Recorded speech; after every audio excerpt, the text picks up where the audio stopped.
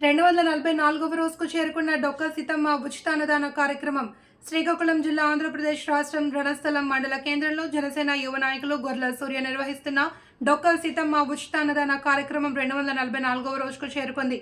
ఆయన మాట్లాడుతూ భవిష్యత్తులో మరెన్నో సేవా కార్యక్రమాలు చేస్తానని చెప్పారు. అలాగే పేదలు, బాటసారులు, కూలీల, ఇతరుల ఆకలి తీర్చడం సంతోషకరంగా ఉందని తెలిపారు. జనసేన అధినేత పవన్ కళ్యాణ్ ని ఆదర్శంగా తీసుకుని ఉచిత భోజన కార్యక్రమం నిర్వహిస్తున్నట్లు ఆయన తెలిపారు.